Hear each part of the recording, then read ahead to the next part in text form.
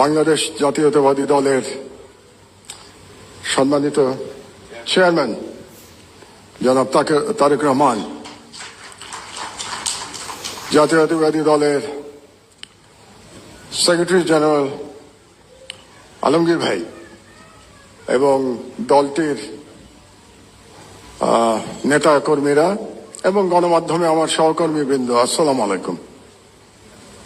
আমি আজ কোনো বক্তব্য দেব না, কারণ হলো আজকে আমার দরিদ্র পত্রিকার দরিদ্র সাংবাদিকরা একটা পারিবারিক রিউনিয়নের আয়োজন করেছে, সেখানে আমাকে যেতে হবে। তো আমি অনেকগুলো সভায় দেখেছি যে আমাদের মধ্যে একটা অসৌজন্যমূলক ব্যাপার আছে, যে ব্যস্ত মানুষেরা বক্তৃতা দিয়ে চলে যান, অন্যের বক্তৃতা শোনেন না। এটা আমি মনে করি খুবই অসৌজন্যমূলক আচরণ।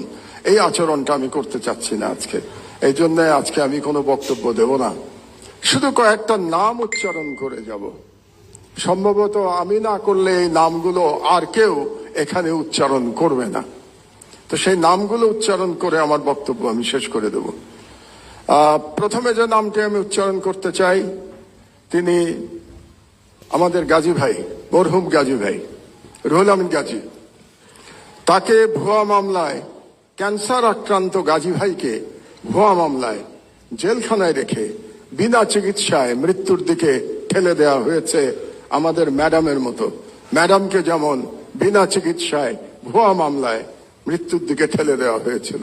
দুর্ভাগ্যের বিষয় হলো আজকে যারা মিডিয়ার স্টলওয়ার্টার এখানে বসে আছেন, তারা কেউ গাজী ভাইয়ের জন্য টু শব্দ উচ্চারণ করেন নাই। এটাই বাস্তবতা।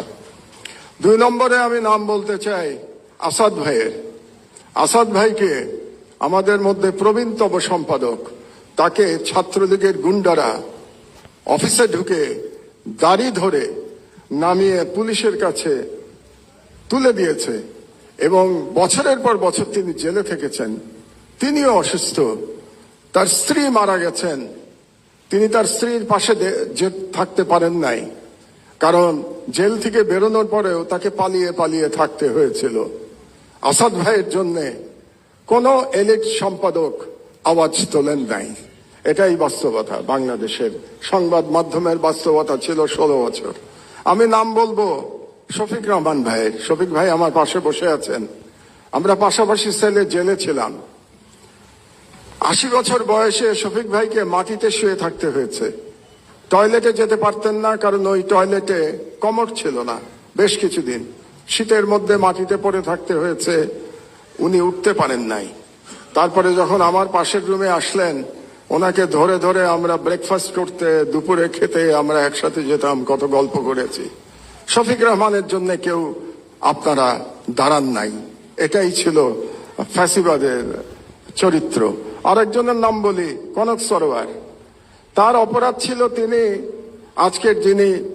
আজকের প্রধান ব্যক্তি তারেক রহমান সাহেবের একটা বক্তৃতা তিনি লাইভ চালিয়েছিলেন।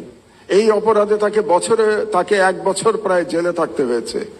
তার কোম্পানির চিফকে আমি সালাম সাহেবকে এখানে দেখতে পাচ্ছি।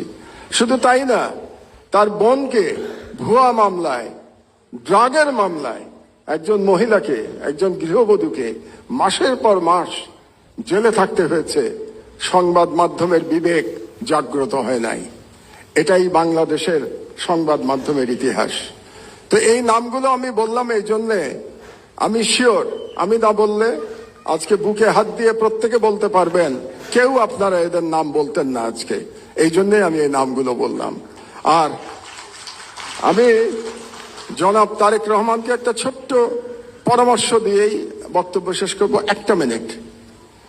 শেখ মুজিবুর রহমান মুক্তিযুদ্ধের সাথে জড়িত ছিলেন না, তিনি জানতেন না মুক্তিযুদ্ধ কিভাবে হয়েছে, এবং তিনি ফিরে এসেও জানার চেষ্টা করেন নাই মুক্তিযুদ্ধ কিভাবে হয়েছে। তাকে আওয়ামী লীগের লোকজন যা বলেছে এবং ভারতীয় পক্ষ যা বলেছে সেটাকেই তিনি ধরে নিয়েছিলেন। এটাই মুক্তিযুদ্ধের ইতিহাস ছিল। এই জন্যই তিনি ব্যর্থ হয়েছিলেন। জনাব তারেক রহমান, আপনি 17 বছর দেশে ছিলেন না, আপনি জানেন না এখানে কি হয়েছে।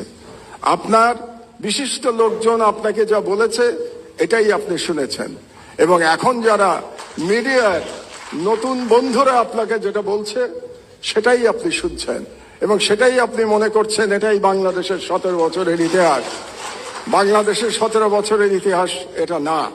সেই ইতিহাস আমি বর্ণনা করব ভবিষ্যতে যদি আপনি এরকম কোন অনুষ্ঠানের আয়োজন করেন এবং সেই অনুষ্ঠানে আমাকে 15 মিনিট সময় দেন, তাহলে বাংলাদেশের মিডিয়ার ইতিহাস 50 বছরের ইতিহাস আমি বর্ণনা করব।